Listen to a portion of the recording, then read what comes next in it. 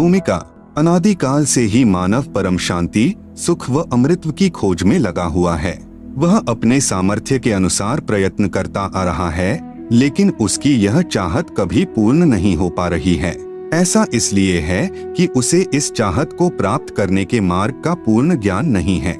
सभी प्राणी चाहते हैं कि कोई कार्य न करना पड़े, खाने को स्वादिष्ट भोजन मिले, पहनने को सुंदर वस्त्र मिले, रहने को आलीशान भवन हो, घूमने के लिए सुंदर पार्क हो, मनोरंजन करने के लिए मधुर मधुर संगीत हो, नाचे गाए, खेले कूदें, मौज मस्ती मनाए और कभी बीमार न हो, कभी बूढ़े न हो और कभी मृत्यु न होवे आदि आदि। परंतु जिस संसार में हम रह रहे हैं, यहाँ न तो ऐसा कहीं पर नजर आता है और न ही ऐसा संभव है, क्योंकि यह लोक नाशवान है। इस लोक की हर वस्तु भी नाशवान है और इस लोक का राजा ब्रह्मकाल है, जो 1,00,000 मानव सूक्ष्म शरीर खाता है। उसने सब प्राणियों को कर्म, भ्रम व पाप पुण्य रूपी जाल में उलझाकर 3 लोक के पिंजरे में कैद किए हुए है। कबीर साहेब कहते हैं कि कबीर 3 लोक पिंजरा भया, पाप पुण्य 2 जाल, सभी जीव भोजन भये, एक खाने वाला काल, गरीब एक पापी एक पुनी आया, एक है सूम दलेल रे, बिना भजन कोई काम नहीं आवे, सब है जम की जेल रे। कर्म भ्रम कर्म बराबर सिद्धांत, जैसा करोगे वैसा प्राप्त करोगे यानी भरोगे। भ्रम बराबर संशय युक्त ज्ञान, जो वेदों तथा गीता में काल ब्रह्म ने प्रदान किया है। उदाहरणार्थ, फॉर एग्जाम्पल, गीता अध्याय 15 श्लोक 1 से 4 में तथा अध्याय 4 श्लोक 31, 32, 34, अध्याय 7 श्लोक 18 में गीता ज्ञान दाता ब्रह्म ने कहा है कि यह संसार रूपी वृक्ष है। इसकी जड़ें यानी रूट्स ऊपर हैं तथा तीनों गुण रूपी शाखाएं नीचे हैं। जो इस संसार रूपी वृक्ष के विषय में पूर्ण जानकारी बताए, वह पूर्ण संत अर्थात तत्वदर्शी संत है। जैसे तना कौन प्रभु है, डार कौन तथा तीनों शाखाएं कौन प्रभु है। यहाँ विचार काल में अर्थात जो गीता ज्ञान में तुझे बता रहा हूँ, मुझे इस संसार की रचना का ज्ञान नहीं है, क्योंकि मुझे इसके आदि यानी प्रारंभ का तथा अंत यानी अंतिम सिरे का ज्ञान नहीं है। इसलिए किसी तत्वदर्शी संत की खोज कर उस तत्वदर्शी संत के बताए भक्ति मार्ग यानी वे ऑफ वर्शिप अनुसार साधना करके उस परम पद व परमेश्वर की खोज करनी चाहिए, जहाँ जाने के पश्चात साधक पुनः लौटकर संसार में नहीं आता, अर्थात पूर्ण मोक्ष प्राप्त करता है। जिस पूर्ण परमात्मा से इस संसार रूपी वृक्ष का विस्तार हुआ है, अर्थात जिस परमेश्वर ने इस सृष्टि की रचना की है, उसी की पूजा करनी चाहिए। मैं यानी गीता ज्ञानदाता भी उसी परमेश्वर की शरण में हूँ। गीता अध्याय 3 श्लोक 31-32 में कहा है, गीता में जो ज्ञान दिया है यह मेरा मत यानी विचार है। भले ही यह पूर्ण नहीं है, फिर भी अन्य साधनाएं जो शास्त्र विधि रहित है उनसे श्रेष्ठ है। जो मेरे मत अनुसार साधना नहीं करता, वह व्यर्थ प्रयत्न कर रहा है। पूर्ण परमात्मा की साधना से मिलने वाले लाभ की तुलना में गीता अध्याय 7 श्लोक 18 में गीता ज्ञान दाता ने अपनी साधना से मिलने वाले लाभ को भी अनुत्तम बताया है। इस प्रकार काल ब्रह्म द्वारा बताया ज्ञान धर्म युक्त है। वह नहीं चाहता कि कोई प्राणी इस पिंजरे रूपी कैद से बाहर निकल जाए। वह यह भी नहीं चाहता कि जीव आत्मा को अपने निज घर सतलोक का पता चले।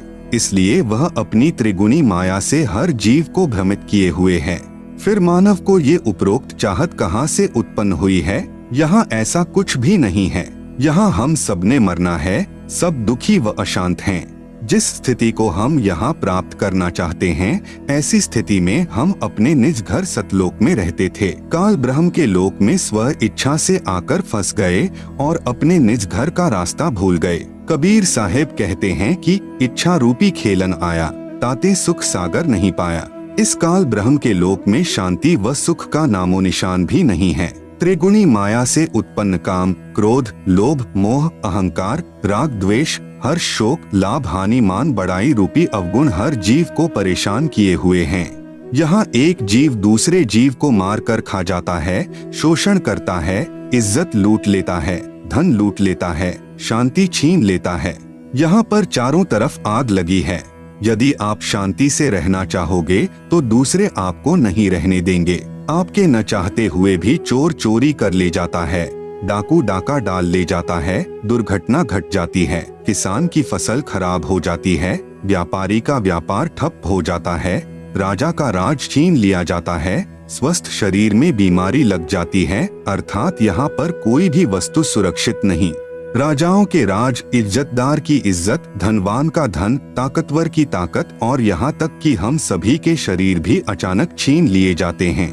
माता पिता के सामने जवान बेटा बेटी मर जाते हैं, दूध पीते बच्चों को रोते बिलखते छोड़कर मात पिता मर जाते हैं, जवान बहनें विधवा हो जाती हैं और पहाड़ से दुखों को भोगने को मजबूर होते हैं। विचार करें कि क्या यह स्थान रहने के लायक है, लेकिन हम मजबूरी वश यहाँ रह रहे हैं क्योंकि इस काल के पिंजरे से बाहर निकलने का कोई रास्ता नजर नहीं आता और हमें दूसरों को दुखी करने की व दुख सहने की आदत सी बन गई। यदि आप जी को इस लोक में होने वाले दुखों से बचाव करना है तो यहाँ के प्रभु काल से परम शक्ति युक्त परमेश्वर यानी परम अक्षर ब्रह्म की शरण लेनी पड़ेगी, जिस परमेश्वर का खौफ काल प्रभु को भी है, जिसके डर से यह उपरोक्त कष्ट उस जीव को नहीं दे सकता जो पूर्ण परमात्मा अर्थात परम अक्षर ब्रह्म यानी सत्य पुरुष की शरण पूर्ण संत के बताए मार्ग से ग्रहण करता है। वह जब तक संसार में भक्ति करता रहेगा उसको उपरोक्त कष्ट आजीवन नहीं होते। जो व्यक्ति इस पुस्तक ज्ञान गंगा को पढ़ेगा उसको ज्ञान हो जाएगा कि हम अपने निज घर को भूल गए हैं। वह परम शांति व सुख यहाँ न होकर निज घर सतलोक में है, जहाँ पर न जन्म है, न मृत्यु है, न बुढ़ापा, न दुख, न कोई लड़ाई झगड़ा है, न कोई बीमारी है, न पैसे का कोई लेन देन है, न मनोरंजन के साधन खरीदना है। वहाँ पर सब परमात्मा द्वारा निशुल्क व अखंड है।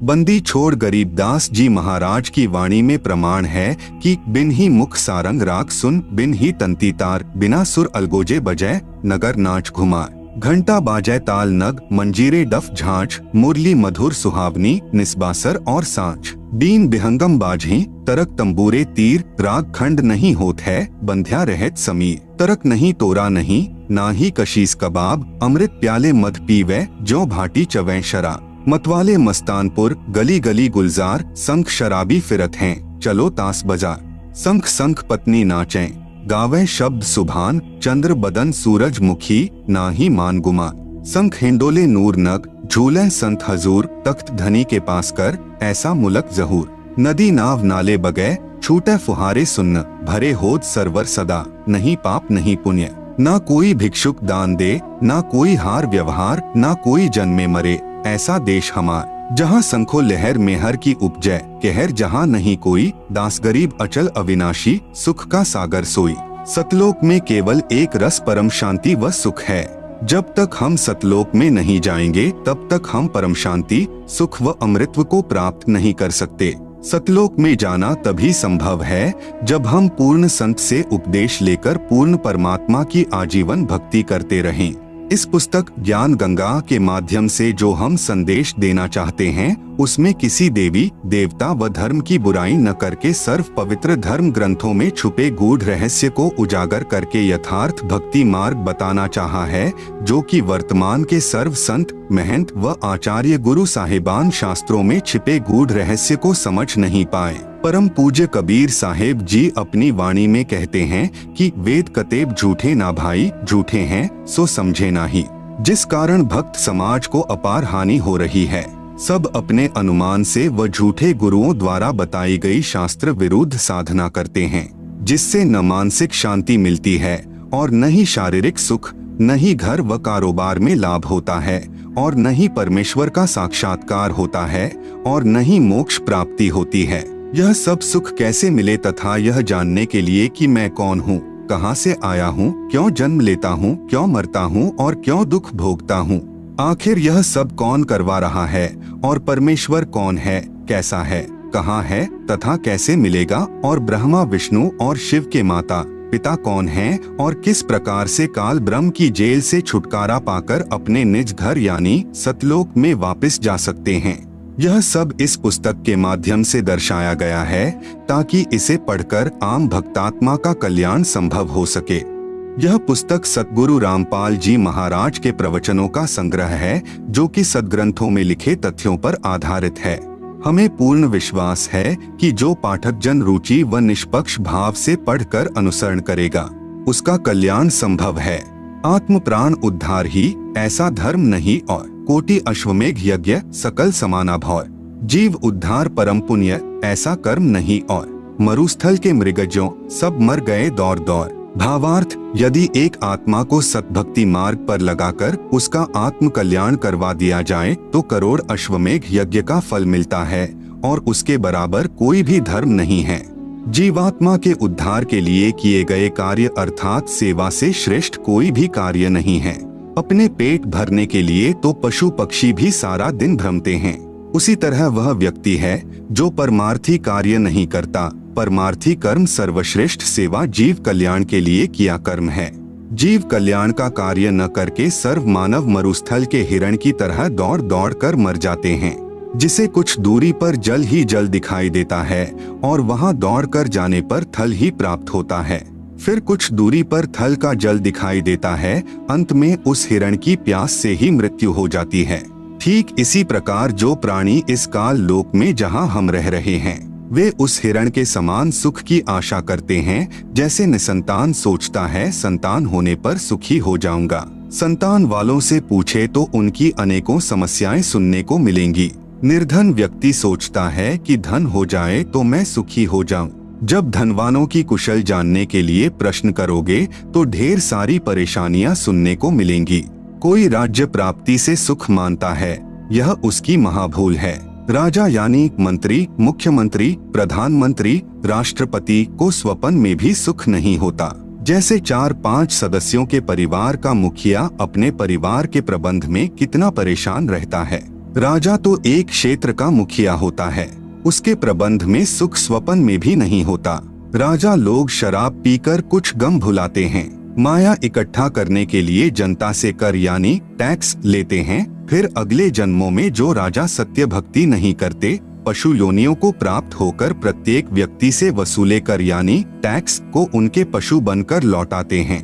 जो व्यक्ति मनमुखी होकर तथा झूठे गुरुओं से दीक्षित होकर भक्ति तथा धर्म करते हैं, वे सोचते हैं कि भविष्य में सुख होगा, लेकिन इसके विपरीत दुख ही प्राप्त होता है। कबीर साहब कहते हैं कि मेरा यह ज्ञान ऐसा है कि यदि ज्ञानी पुरुष होगा तो इसे सुनकर हृदय में बसा लेगा और यदि मूर्ख होगा तो उसकी समझ से बाहर है। कबीर, ज्ञानी हो तो हृदय लगाई, मूर्ख हो तो गम ना पाई। अधिक जानकारी के लिए कृपया प्रवेश करें इस पुस्तक ज्ञान गंगा में। इस पुस्तक को पढ़कर सुप्रीम कोर्ट के वरिष्ठ अधिवक्ता श्री सुरेश चंद्र ने कहा, इस पुस्तक का नाम तो ज्ञान सागर होना चाहिए। कलयुग में सत्ययुग, संत रामपाल जी के सत्संग वचनों से उद्घृत। सत्ययुग उस समय को कहते हैं जिस युग में अधर्म नहीं होता, शांति होती है, पिता से पहले पुत्र की मृत्यु नहीं होती, स्त्री विधवा नहीं होती, रोग रहित शरीर होता है, सर्व मानव भक्ति करते हैं, परमात्मा से डरने वाले होते हैं क्योंकि वे आध्यात्मिक ज्ञान के सर्व कर्मों से परिचित होते हैं, मन कर्म वचन से किसी को पीड़ा नहीं देते तथा दुराचारी नहीं होते, जति सती स्त्री पुरुष होते हैं, वृक्षों की अधिकता होती है, सर्व मनुष्य वेदों के आधार से भक्ति करते हैं।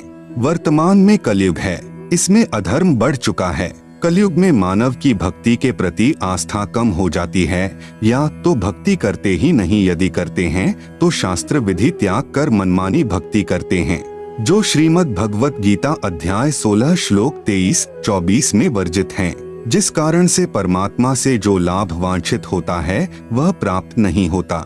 इसलिए अधिकतर मनुष्य नास्तिक हो जाते हैं। धनी बनने के लिए रिश्वत, चोरी, डाके डालने को माध्यम बनाते हैं, परंतु यह विधि धन लाभ की न होने के कारण परमात्मा के दोषी हो जाते हैं तथा प्राकृतिक कष्टों को झेलते हैं।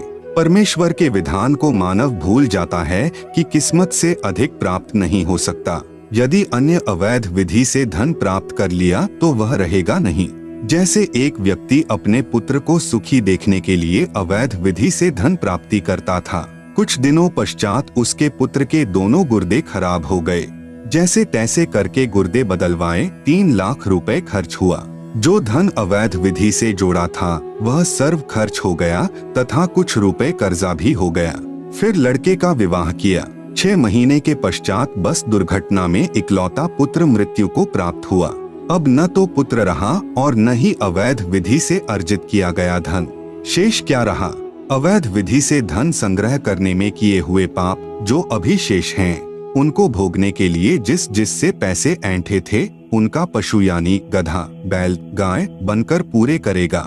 परंतु परम अक्षर ब्रह्म की शास्त्रानुकूल साधना करने वाले भक्त की किस्मत को परमेश्वर बदल देता है, क्योंकि परमेश्वर के गुणों में लिखा है कि परमात्मा निर्धन को धनवान बना देता है। सत्ययुग में कोई भी प्राणी मांस, तंबाकू, मदिरा सेवन नहीं करता, क्योंकि वे इनसे होने वाले पापों से परिचित होते हैं। मांस खाना पाप है। एक समय एक संत अपने शिष्य के साथ कहीं जा रहा था। वहाँ पर एक मछियारा तालाब से मछलियाँ पकड़ रहा था। मछलियाँ जल से बाहर तड़फ तड़फ कर प्राण त्याग रही थी। शिष्य ने पूछा, हे गुरुदेव, इस अपराधी प्राणी को क्या दंड मिलेगा? गुरुजी ने कहा, बेटा समय आने पर बताऊंगा। 4-5 वर्ष के पश्चात दोनों गुरु शिष्य कहीं जाने के लिए जंगल से गुजर रहे थे। वहाँ पर एक हाथी का बच्चा चिल्ला रहा था। उछल कूद करते समय हाथी का बच्चा 2 निकट उगे वृक्षों के बीच में फंस गया। वह निकल तो गया, परंतु निकलने के प्रयत्न में उसका सर्व शरीर छिल गया था तथा उसके शरीर में जख्म हो गए थे। उसके सारे शरीर में कीड़े चल रहे थे जो उसको नोच रहे थे।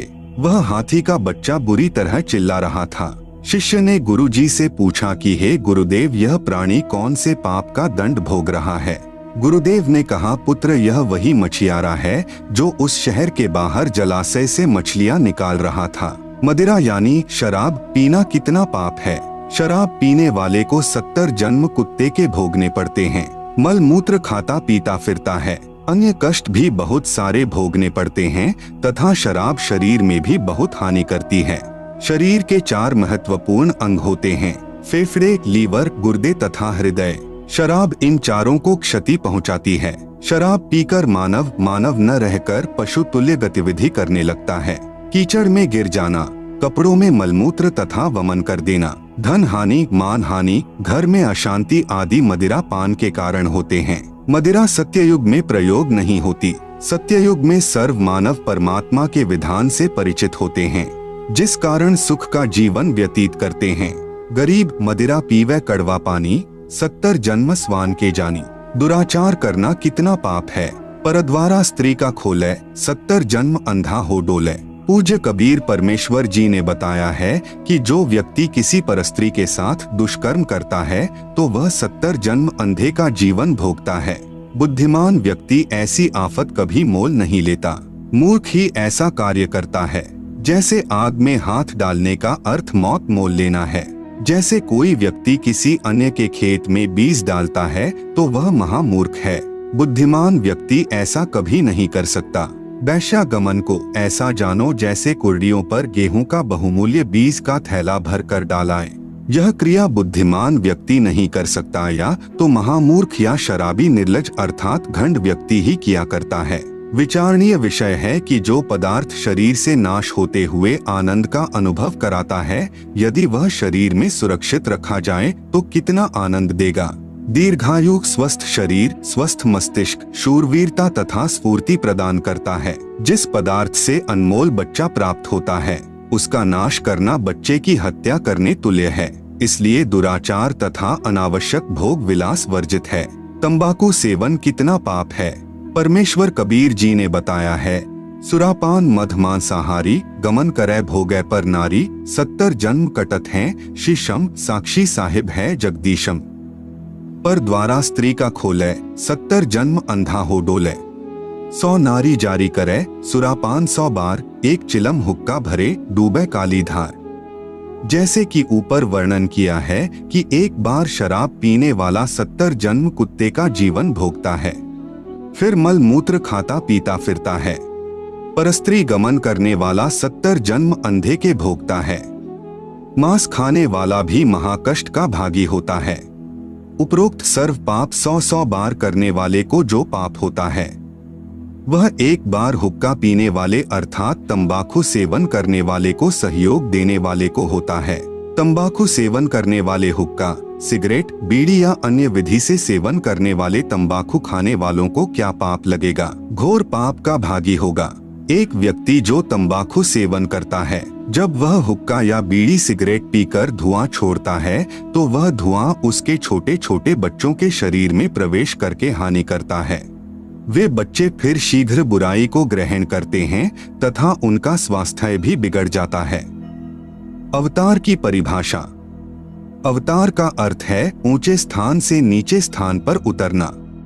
विशेषकर यह शुभ शब्द उन उत्तम आत्माओं के लिए प्रयोग किया जाता है जो धरती पर कुछ अद्भुत कार्य करते हैं, जिनको परमात्मा की ओर से भेजा हुआ मानते हैं या स्वयं परमात्मा ही का पृथ्वी पर आगमन मानते हैं। श्रीमद् भगवत गीता अध्याय 15 श्लोक 1 से 4 तथा 16-17 में 3 पुरुषों यानी प्रभुओं का ज्ञान है। नंबर 1, क्षर पुरुष जिसे ब्रह्म भी कहते हैं, जिसका ओम नाम साधना का है, जिसका प्रमाण गीता अध्याय 8 श्लोक 13 में है। नंबर 2, अक्षर पुरुष जिसको परब्रह्म भी कहते हैं, जिसकी साधना का मंत्र तत् जो सांकेतिक है, प्रमाण गीता अध्याय 17 श्लोक 23 में है।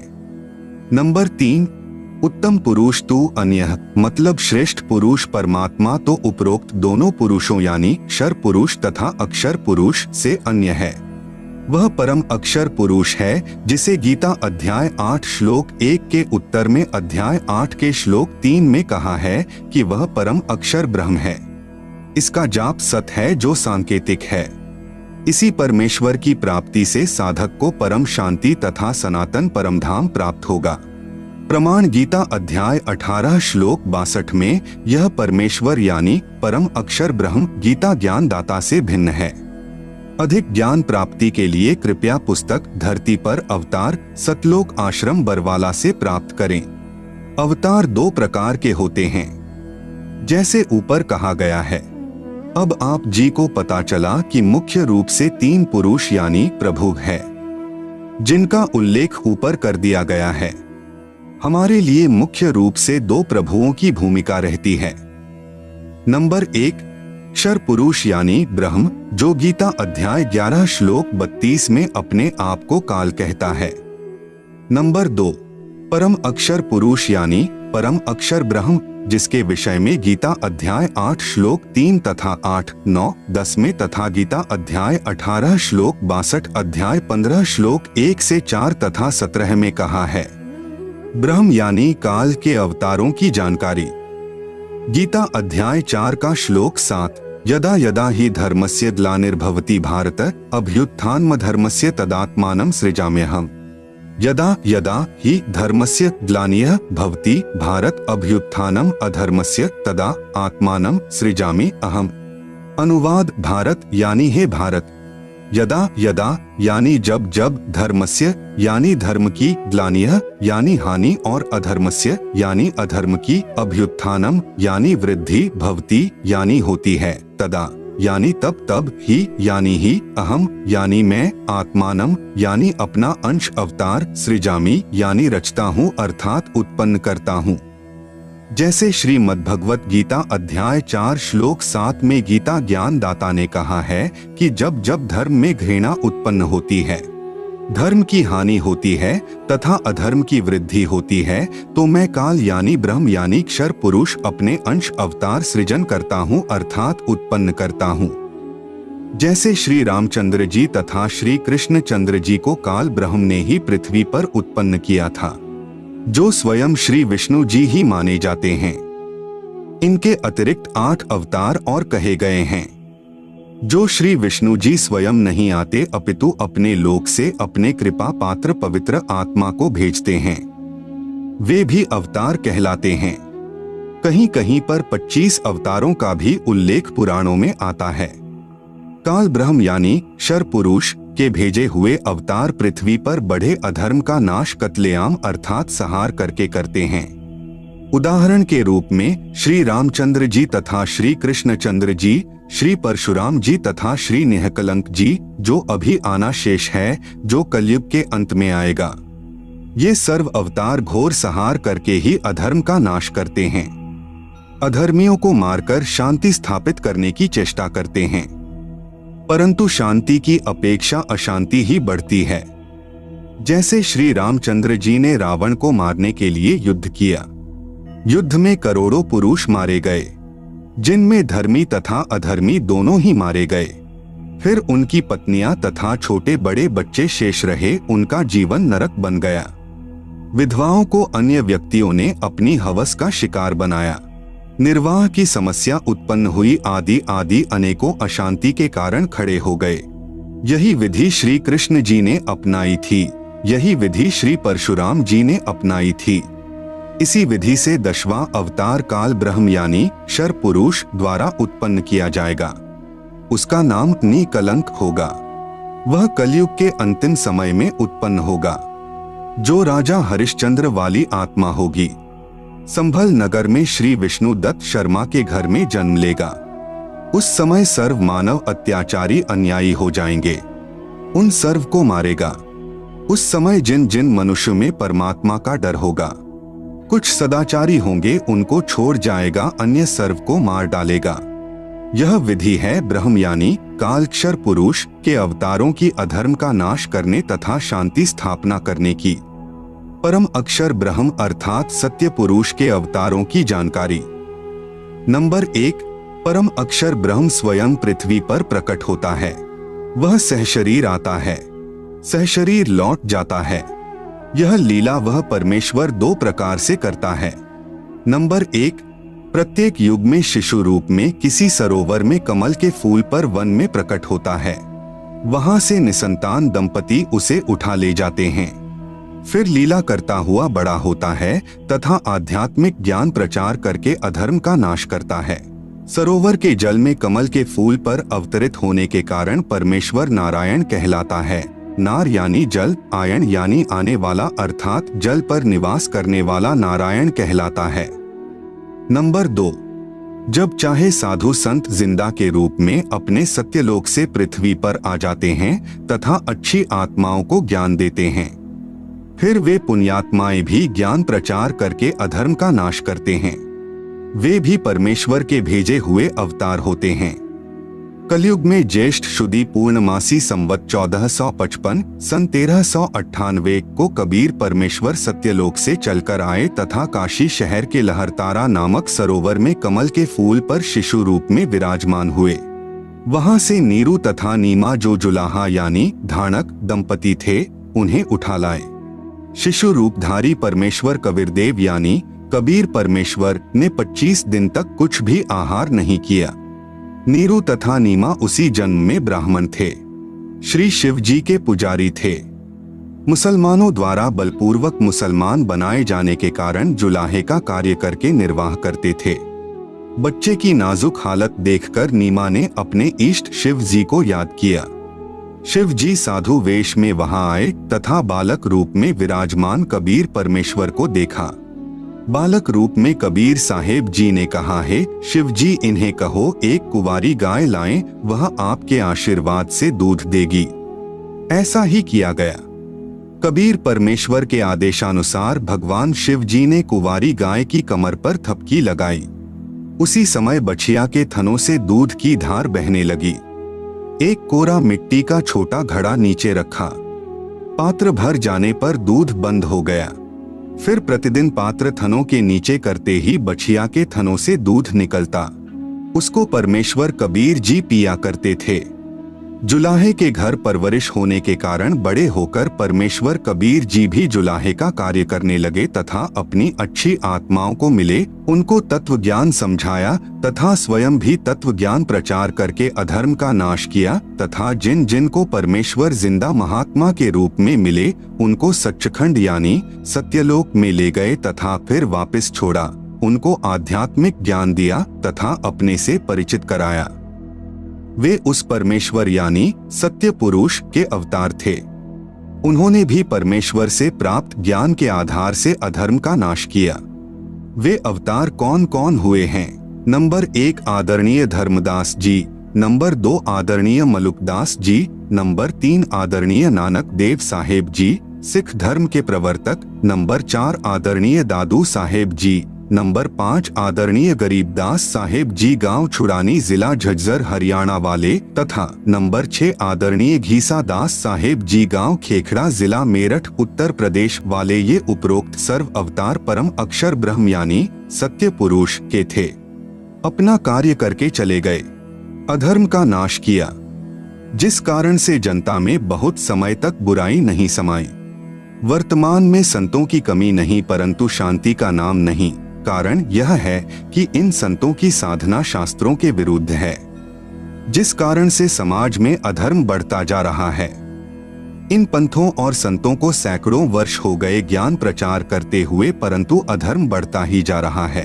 सत्य पुरुष का वर्तमान अवतार जो सत्य साधना तथा तत्व ज्ञान का प्रचार परमेश्वर के पूर्वोक्त परमेश्वर के अवतार संत किया करते थे, जिससे आपसी प्रेम था, एक दूसरे के दुख में दुखी होते थे, असहाय व्यक्ति की मदद करते थे, वही शास्त्र विधि अनुसार साधना तथा वही आध्यात्मिक यथार्थ ज्ञान संत रामपाल दास जी महाराज को परमेश्वर कबीर साहेब जी ने प्रदान किया है। मार्च 1997 को फाल्गुन मास की शुक्ल प्रथमा को दिन के 10 बजे जिंदा महात्मा के रूप में सत्यलोक से आकर संत रामपाल दास जी महाराज को सतनाम तथा सारनाम दान करने का आदेश देकर अंतर्ध्यान हो गए। संत रामपाल दास जी महाराज भी परमेश्वर यानी परम अक्षर ब्रह्म के उन अवतारों में से एक हैं जो आध्यात्मिक ज्ञान के द्वारा अधर्म का नाश करते हैं। अब विश्व में शांति होगी। सर्व धर्म तथा पंथों के व्यक्ति एक होकर आपस में प्रेम से रहा करेंगे। राजनेता भी निर्भिमानी, न्यायकारी तथा परमात्मा से डरकर कार्य करने वाले होंगे। जनता के सेवक बनकर निष्पक्ष कार्य किया करेंगे। धरती पर पुनः सत्ययुग जैसी स्थिति होगी। वर्तमान में धरती पर वह अवतार संत रामपाल दास जी हैं। अब घर घर में परमेश्वर के ज्ञान की चर्चा होगी। जहां गांव व शहरों में तथा पार्कों में बैठकर ताश खेलते हैं, कोई राजनीतिक बातें करता है, कोई अपने पुत्रों तथा पुत्र वधुओं की अच्छे या निकम्मे होने की चर्चा करते हैं, वहां परमेश्वर की महिमा की चर्चा होगी तथा ज्ञान गंगा पुस्तक में लिखे ज्ञान पर विचार हुआ करेगा। परमात्मा की महिमा करने मात्र से भी जीव पुण्य का भागी बनता है। फिर शास्त्र विधि अनुसार साधना करके जीवन सुखी बनाएंगे तथा आत्म कल्याण कराएंगे। धरती पर कलयुग में सत्ययुग जैसा समय आएगा। संत रामपाल दास जी महाराज ही वर्तमान में वास्तव में धरती पर अवतार हैं। अधिक जानकारी के लिए कृपया पढ़े पुस्तक धरती पर अवतार संपूर्ण। अमेरिका की महिला भविष्यवक्ता फ्लोरेंस की महत्वपूर्ण भविष्यवाणी। अमेरिका की विश्वविख्यात भविष्यवक्ता फ्लोरेंस ने अपनी भविष्यवाणियों में कई बार भारत का जिक्र किया है। The fall of sensational culture नाम की अपनी पुस्तक में उन्होंने लिखा है कि सन 2000 आते आते प्राकृतिक संतुलन भयावह रूप से बिगड़ेगा। लोगों में आक्रोश की प्रबल भावना होगी। दुराचार पराकाष्ठा पर होगा। पश्चिमी देशों के विलासितापूर्ण जीवन जीने वालों में निराशा, बेचैनी और अशांति होगी। अतृप्त अभिलाषाएं और जोर पकड़ेगी, जिससे उनमें आपसी कटुता बढ़ेगी। चारों ओर हिंसा और बर्बरता का वातावरण होगा। ऐसा वातावरण होगा कि चारों ओर हाहाकार मच जाएगा। लेकिन भारत से उठने वाली एक नई विचारधारा इस घातक वातावरण को समाप्त कर देगी। वह विचारधारा वैज्ञानिक दृष्टि से सामंजस्य और भाईचारे का महत्व समझाएगी। वह यह भी समझाएगी कि धर्म और विज्ञान में आपस में विरोध नहीं है। आध्यात्मिकता की उच्चता और भौतिकता का खोखलापन सबके सामने उजागर करेगी। मध्यम वर्ग उस विचारधारा से बहुत अधिक प्रभावित होगा। यह वर्ग समाज के सभी वर्गों को अच्छे समाज के निर्माण के लिए उत्प्रेरित करेगा। यह विचारधारा पूरे विश्व में चमत्कारी परिवर्तन लाएगी। मुझे अपनी छठी अतीन्द्रिय शक्ति से यह एहसास हो रहा है कि इस विचारधारा को जन्म देने वाला वह महान संत भारत में जन्म ले चुका है। उस संत के ओजस्वी व्यक्तित्व का प्रभाव सबको चमत्कृत करेगा। उसकी विचारधारा अध्यात्म के कम होते जा रहे प्रभाव को फिर से नई स्फूर्ति देगी। चारों ओर आध्यात्मिक वातावरण होगा। संत की विचारधारा से प्रभावित लोग विश्व के कल्याण के लिए पश्चिम की ओर चलेंगे। धीरे धीरे एशिया, यूरोप और अमेरिका पर पूरी तरह छा जाएंगे। उस संत की विचारधारा से पूरा विश्व प्रभावित होगा और उनके चरण चिन्हों पर चलेगा। पश्चिमी देश के लोग उन्हें ईसा, मुसलमान उन्हें एक सच्चा रहनुमा और एशिया के लोग उन्हें भगवान का अवतार मानेंगे। उस महान संत की विचारधारा से बौद्धिक क्रांति होगी। बुद्धिजीवियों की मान्यताएं बदलेंगी। उनमें ईश्वर के प्रति श्रद्धा और विश्वास की कोंपलें फूटेंगी। फ्लोरेंस के अनुसार वह संत भारत में जन्म ले चुके हैं। वह इस संत से काफी प्रभावित थी। अपनी एक दूसरी पुस्तक golden light of new era में भी उन्होंने लिखा है, जब मैं ध्यान लगाती हूँ तो अक्सर एक संत को देखती हूँ। गौर वर्ण का है, सफेद बाल हैं, उसके मुख पर न दाढ़ी है न मूछ है। उस संत के ललाट पर गजब का तेज होता है। उनके ललाट पर आकाश से एक नक्षत्र के प्रकाश की किरणें निरंतर बरसती रहती हैं। मैं देखती हूँ कि वह संत अपनी कल्याणकारी विचारधारा तथा अपने सच्चरित्र प्रबल अनुयायियों की शक्ति से संपूर्ण विश्व में नए ज्ञान का प्रकाश फैला रहे हैं। वह संत अपनी शक्ति निरंतर बढ़ा रहे हैं।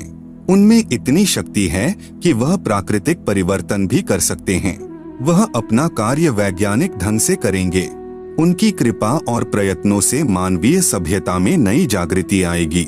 विश्व के समस्त जन समूह में नई चेतना का संचार होगा। लोक शक्ति का एक नया रूप उभर कर सामने आएगा, जो सत्ताधारियों की मनमानियों पर अंकुश लगा देगा। मनोचिकित्सक तथा सम्मोहन कला के विश्व प्रसिद्ध ज्ञाता डॉक्टर मोरे बर्सटीन की फ्लोरेंस से अच्छी दोस्ती थी। एक बार फ्लोरेंस ने उनसे भी कहा था, डॉक्टर, वह समय बड़ी तेजी से नजदीक आ रहा है जब सत्ता लोलुप राजनेताओं की अपेक्षा आप जैसे समाज सेवकों की बातें समाज अधिक ध्यान से सुनेगा। 21वीं सदी के आते आते एक नई विचारधारा पूरे विश्व को प्रभावित करेगी। हर राष्ट्र में सच्चरित्र धार्मिक लोगों का संगठन लोगों के दिमाग में बैठी गलत मान्यताओं को बदल देगा। यह विचारधारा भारत से प्रस्फुटित होंगी, वहीं से पूरे विश्व में फैलेगी। मैं उस पवित्र स्थान पर एक प्रचंड तपस्वी को देख रही हूँ, जिसका तेज बड़ी तेजी से फैल रहा है। मनुष्य में सोए देवत्व को जगाने तथा धरती का स्वर्ग जैसा बनाने के लिए वह संत दिन रात प्रयत्न कर रहे हैं। एक पत्रकार ने 1964 में फ्लोरेंस से पूछा था कि क्या वह दुनिया का भविष्य बता सकती है। फ्लोरेंस ने इसके जवाब में कहा था, 1970 की शुरुआत व्यापक उथल पुथल के साथ होगी। 1979-80 के बाद ऐसे ऐसे भूकंप आएंगे कि न्यूजर्सी का कुछ हिस्सा तथा यूरोप का और एशिया के कई देशों के स्थान भूकंप से विदीर्ण हो जाएंगे। कुछ जलमग्न भी हो जाएंगे। तृतीय विश्व युद्ध का आतंक सबके दिमाग में बैठ जाएगा और वे इस युद्ध की तैयारी करेंगे, लेकिन भारतीय राजनेता अपने प्रभाव और बुद्धि से तीसरे विश्व युद्ध को टालने में सफल हो जाएंगे। तीसरे विश्व युद्ध के शुरू होने तक भारत के शासन की बागडोर आध्यात्मिक प्रवृत्ति के लोगों के हाथ में होगी, इसलिए उनके प्रभाव से विश्व युद्ध टलेगा। वे शासक एक महान संत के ओजस्वी तथा क्रांतिकारी विचारधारा से प्रभावित होंगे। वे उस संत के प्रति उसी तरह समर्पित होंगे जैसे वाशिंगटन स्वतंत्रता एवं मानवता के प्रति समर्पित थे। अमेरिका के शहर न्यूजर्सी की रहने वाली फ्लोरेंस सचमुच एक विलक्षण महिला थी। एक बार नेबेल नाम के व्यक्ति ने टीवी कार्यक्रम के दौरान उनसे बोला, आप भारत में जन्म ले चुके संत के बारे में तो अक्सर बताती रहती हैं, मैं अपने बारे में कुछ जानना चाहता हूँ, बताइए। फ्लोरेंस ने उसके दाहिने हाथ को थाम लिया और बोली, आप बहुत जल्द किसी दूसरे राज्य से प्रसारण करेंगे। नेबेल एक प्रसारण सेवा के कर्मचारी थे। फ्लोरेंस की इस बात पर वह हंसने लगे। कुछ क्षण बाद बोले, आपने मुझसे यह अच्छा मजाक किया। यदि हमारी कंपनी के अधिकारी इस कार्यक्रम को देख रहे होंगे तो मैं दूसरे राज्य में जाऊं या नहीं, फिलहाल अपनी कंपनी से तुरंत निकाल दिया जाऊंगा। कुछ ही मिनटों के बाद टीवी के कंट्रोल रूम का फोन घनघना उठा। फोन नेबेल के लिए था। उनकी कंपनी के जनरल मैनेजर उनसे बात करना चाहते थे। नेबेल ने जब फोन उठाया तो उन्होंने कहा, हमने न्यूयॉर्क से प्रसारण करने का काम शुरू करने का निर्णय लिया है, वहां तुम्हें ही भेजा जाएगा। अभी यह बात गुप्त रखना, इसकी घोषणा कल की जाएगी। मैं टीवी पर फ्लोरेंस के साथ तुम्हारी बातचीत देख रहा था। फ्लोरेंस ने तुम्हारे विषय में जो बताया है वह पूरी तरह सच है। आश्चर्य है कि उन्हें यह बात कैसे मालूम हो गई। नेबेल फ्लोरेंस का चेहरा देखता रह गया। कुछ पत्रकारों ने उनसे एक बार पूछा था कि वह भविष्य को कैसे देख लेती हैं तथा गायब व्यक्ति या वस्तुओं का पता कैसे लगा लेती हैं, तो फ्लोरेंस ने बताया, मुझे स्वयं नहीं मालूम कि ऐसा कैसे संभव हो जाता है। मैं भविष्य के विषय में एक बहुत महत्वपूर्ण बात बता रही हूँ। 20वीं शताब्दी के अंत में भारतवर्ष से एक प्रकाश निकलेगा। यह प्रकाश पूरी दुनिया को उन दैवी शक्तियों के विषय में जानकारी देगा जो अब तक हम सभी के लिए रहस्यमय बनी हुई हैं। देवी शक्तियों की जानकारी जो संत रामपाल दास जी महाराज द्वारा बताई गई हैं। कृपया पढ़ें इसी पुस्तक के पृष्ठ 22 पर। सृष्टि रचना, एक दिव्य महापुरुष द्वारा यह प्रकाश पूरे विश्व में फैलेगा। वह सभी को सतमार्ग पर चलने की प्रेरणा देगा। समस्त दुनिया में एक नई सोच की ज्योति फैलेगी। जब मैं ध्यानावस्था में होती हूँ तो अक्सर यह दिव्य महापुरुष मुझे दिखाई देते हैं। फ्लोरेंस ने बार बार इस संत या दिव्य महापुरुष का जिक्र किया है। साथ ही यह भी बताया है कि उत्तरी भारतवर्ष के एक पवित्र स्थान पर वह मौजूद हैं। सज्जनों, उपरोक्त भविष्यवाणी तथा वर्तमान वाणी है जो परम संत रामपाल महाराज जी पर खरी उतरती है तथा इसी का समर्थन अन्य भविष्यवाणियां भी करती है जो आगे लिखी हैं। भाई बाले वाली जन्म साखी में प्रमाण। एक महापुरुष के विषय में भाई बाले वाली जन्म साखी में प्रहलाद भक्त की भविष्यवाणी। भाई बाले वाली जन्म साखी में लिखा गया विवरण स्पष्ट करता है कि संत रामपाल दास जी महाराज ही वह अवतार है जिन्हें परमेश्वर कबीर जी तथा संत नानक जी के पश्चात पंजाब की धरती पर अवतरित होना था। संत रामपाल दास जी महाराज 8 सितंबर सन 1951 को गांव धनाना, जिला सोनीपत, हरियाणा प्रांत, उस समय पंजाब प्रांत, भारत की पवित्र धरती पर श्री नंदराम जाट के घर जाट वर्ण में श्रीमती इंदिरा देवी की कोख से जन्मे। इस विषय में जन्म साखी भाई बाले वाली हिंदी वाली में जिसके प्रकाशक हैं भाई जवाहर सिंह कृपाल सिंह एंड कंपनी पुस्तकावाले, बाजार माई सेवा, अमृतसर, पंजाब तथा पंजाबी वाली के प्रकाशक है भाई जवाहर सिंह कृपाल सिंह पुस्तकावाले, गली 8 बाग रामानंद, अमृतसर, पंजाब। इसमें लिखा अमर लेख इस प्रकार है। एक समय भाई बाला तथा मर्दाना को साथ लेकर सतगुरु नानक देव जी भक्त प्रहलाद जी के लोक में गए जो पृथ्वी से कई लाख कोस दूर अंतरिक्ष में है। प्रहलाद ने कहा कि हे नानक जी, आपको परमात्मा ने दिव्य दृष्टि दी तथा कलयुग में बड़ा भक्त बनाया है। आपका कलयुग में बहुत प्रताप होगा। यहाँ पर प्रहलाद के लोक में पहले कबीर जी आए थे या आज आप आए हो, एक और आएगा जो आप दोनों जैसा ही महापुरुष होगा। इन तीनों के अतिरिक्त यहाँ मेरे लोक में कोई नहीं आ सकता। भक्त बहुत हो चुके हैं, आगे भी होंगे, परंतु यहाँ मेरे लोक में वही पहुँच सकता है जो इन जैसी महिमा वाला होगा और कोई नहीं। इसलिए इन तीनों के अतिरिक्त यहाँ कोई नहीं आ सकता। मर्दाने ने पूछा कि हे प्रहलाद जी, कबीर जी जुलाहा थे, नानक जी खत्री हैं, वह तीसरा किस वर्ण यानी जाति से तथा किस धरती पर अवतरित होगा? प्रहलाद भक्त ने कहा, भाई सुन, नानक जी के सच्चखंड जाने के सैकड़ों वर्ष पश्चात पंजाब की धरती पर जाट वर्ण में जन्म लेगा तथा उसका प्रचार क्षेत्र शहर बरवाला होगा। लेख समाप्त। विवेचन, संत रामपाल दास जी महाराज वही अवतार हैं जो अन्य प्रमाणों के साथ साथ जन्म साखी में लिखे वर्णन पर खरे उतरते हैं। जन्म साखी में 100 वर्ष के पश्चात लिखा है। यहाँ पर सैकड़ों वर्ष पश्चात कहा गया था, जिसको पंजाबी भाषा में लिखते समय 100 वर्ष ही लिख दिया, क्योंकि मर्दाना ने पूछा था कि वह कौन से युग में नजदीक ही आएगा। तब भक्त प्रहलाद ने कहा कि श्री नानक जी के सैकड़ों वर्ष पश्चात कल युग में ही वह संत जाट वर्ण में जन्म लेगा। इसीलिए यहाँ 100 वर्ष के स्थान पर सैकड़ों वर्षों ही न्यायोचित है तथा प्रचार क्षेत्र बरवाला के स्थान पर बटाला लिखा गया है। इसके दो कारण हो सकते हैं कि शहर बरवाला, जिला हिसार, हरियाणा उस समय पंजाब प्रांत में सुप्रसिद्ध नहीं था तथा बटाला शहर पंजाब प्रांत में प्रसिद्ध था। लेखनकर्ता ने इस कारण से बरवाला के स्थान पर बटाला लिख दिया। दूसरा, प्रिंट करते समय हालेक की जगह हटालेक प्रिंट हो गया है। एक और विशेष विचारणीय पहलू है कि पंजाब के बटाला शहर में कोई भी जाट संत नहीं हुआ है। जो इन महापुरुषों यानी परमेश्वर कबीर देव जी व श्री नानक देव जी के समान महिमावान तथा इनके समान ज्ञानवान हुआ हो।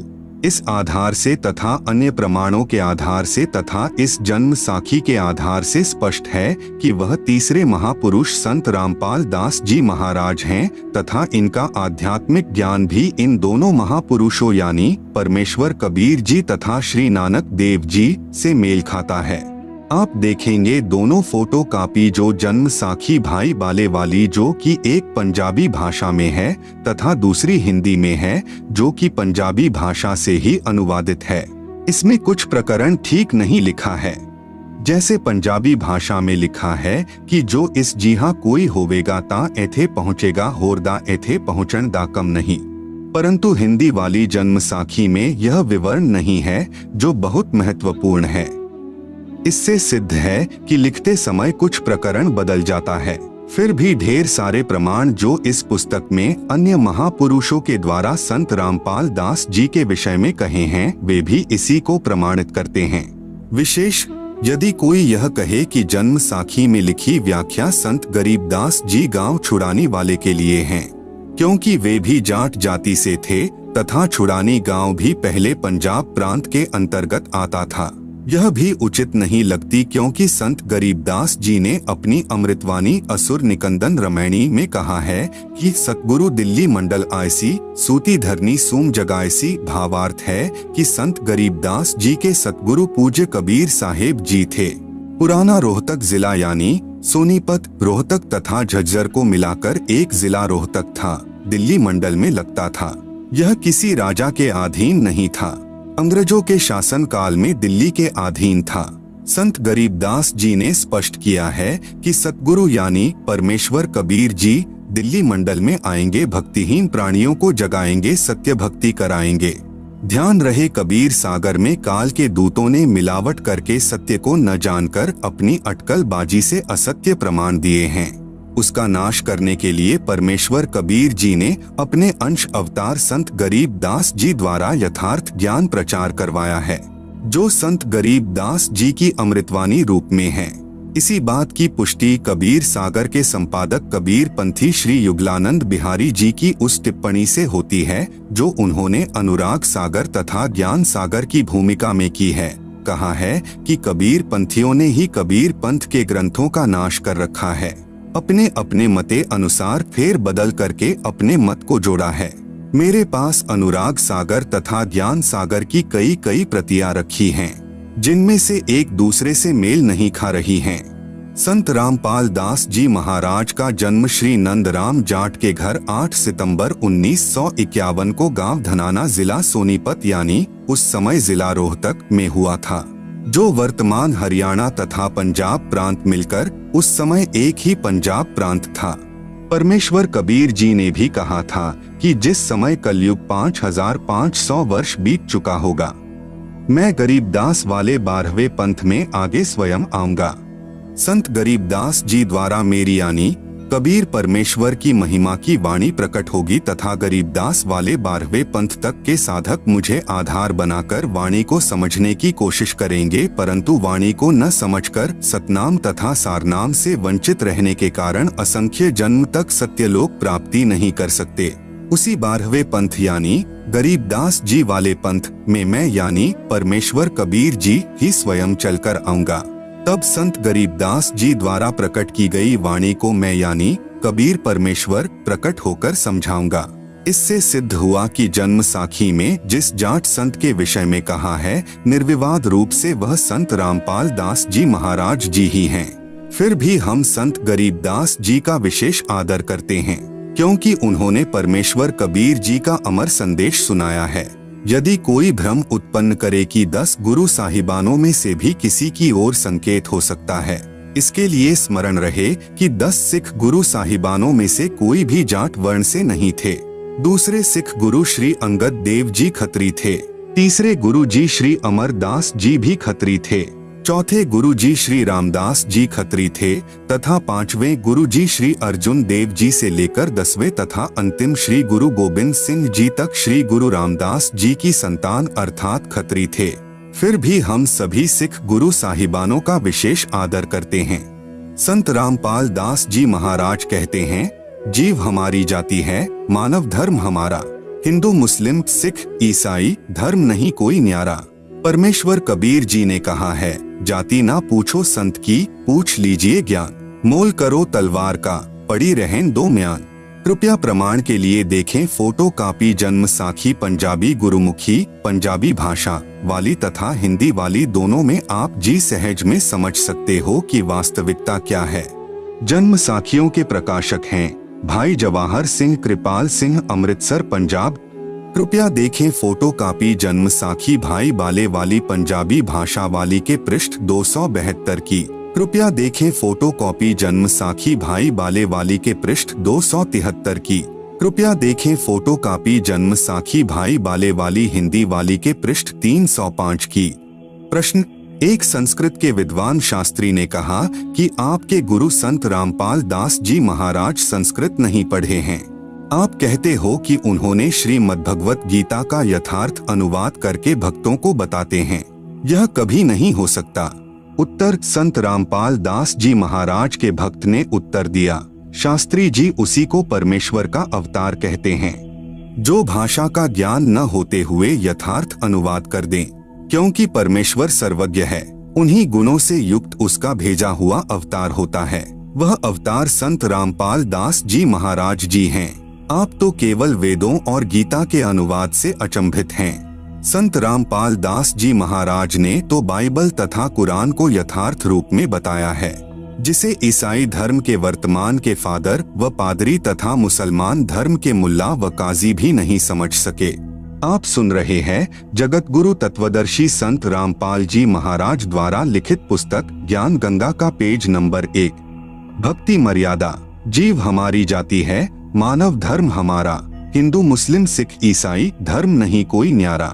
प्रिय भक्तजनों, आज से लगभग 5000 वर्ष पहले कोई भी धर्म या अन्य संप्रदाय नहीं था। न हिंदू, न मुस्लिम, न सिख और न ईसाई थे। केवल मानव धर्म था। सभी का एक ही मानव धर्म था और है। लेकिन जैसे जैसे कलयुग का प्रभाव बढ़ता गया, वैसे वैसे हमारे में मतभेद होता गया।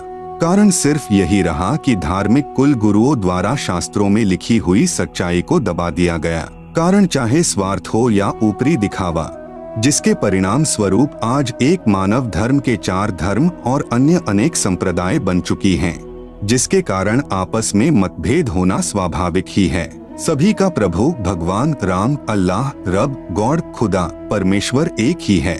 ये भाषा भिन्न पर्यायवाची शब्द हैं। सभी मानते हैं कि सबका मालिक एक है, लेकिन फिर भी ये अलग अलग धर्म संप्रदाय क्यों?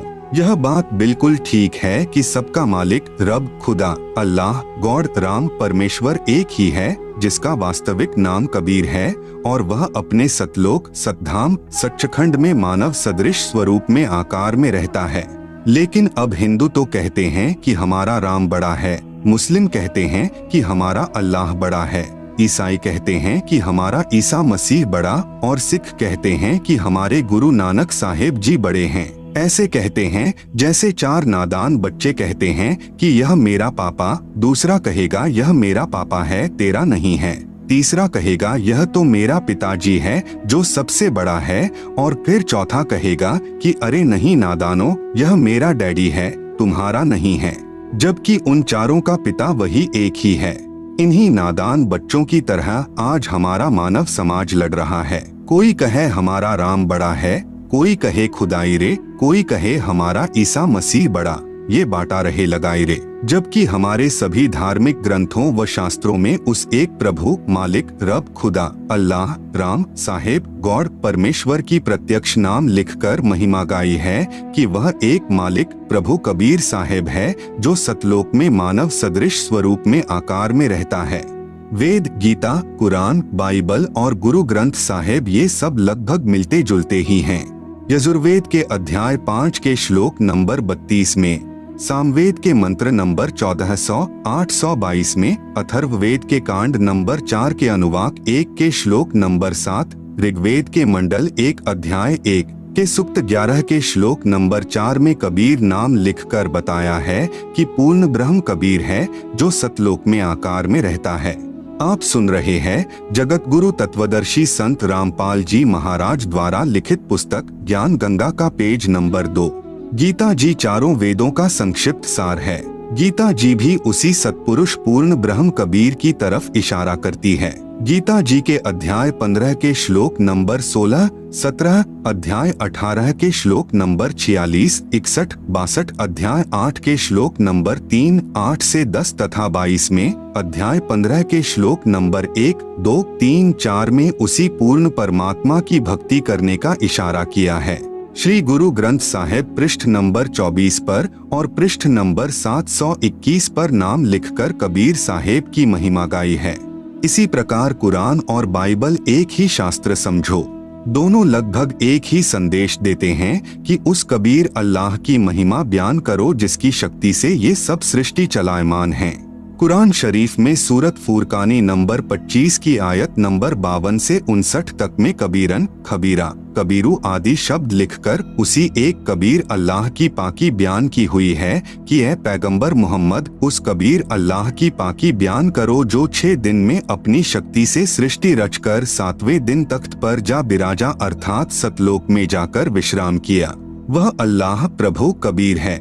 इसी का प्रमाण बाइबल के अंदर उत्पत्ति ग्रंथ में सृष्टि क्रम में बाइबल के प्रारंभ में ही 7 दिन की रचना में चैप्टर 1 वर्सेस 20, चैप्टर 2 वर्सेस 5 में है। सभी संतों व ग्रंथों का सार यही है कि पूर्ण गुरु जिसके पास तीनों नाम हो और नाम देने का अधिकार भी हो, उससे नाम लेकर जीव को जन्म मृत्यु रूपी रोग से छुटकारा पाना चाहिए। क्योंकि हमारा उद्देश्य आपको काल की कारागार से छुटवाकर अपने मूल मालिक कबीरदेव यानी कबीर साहेब के सतलोक को प्राप्त करवाना है। कबीरदेव ने अपनी वाणी में कहा है कि एक जीव को काल साधना से हटाकर पूर्ण गुरु के पास लाकर सत उपदेश दिलाने का पुण्य इतना होता है कि जितना करोड़ गाय बकरे आदि प्राणियों को कसाई से छुटवाने का होता है। क्योंकि यह अबोध मानव शरीरधारी प्राणी गलत गुरुओं द्वारा बताई गई शास्त्र विरुद्ध साधना से काल के जाल में फंसा रहकर न जाने कितने दुखदायी 84 लाख योनियों के कष्ट को झेलता रहता है। जब यह जीवात्मा कबीरदेव यानी कबीर साहेब की शरण में पूरे गुरु के माध्यम से आ जाती है, नाम से जुड़ जाती है, तो फिर इसका जन्म तथा मृत्यु का कष्ट सदा के लिए समाप्त हो जाता है और सतलोक में वास्तविक परम शांति को प्राप्त करता है। अब प्रश्न आता है कि आजकल गुरु ज्यादा से ज्यादा शिष्य बनाकर अपनी योग्यता का प्रमाण दिखाते हैं, अर्थात हर कोई 4 कथा सीख लेता है और कहता है कि मैं भी नाम दे देता हूँ और भोली आत्माओं को काल के जाल में डाल देता है। चूंकि शास्त्रों के विरुद्ध नाम उपदेश देने वाले और जपने वाले सभी निश्चित ही नरक के अधिकारी होंगे और उनको नरक में उल्टा लटकाया जाएगा।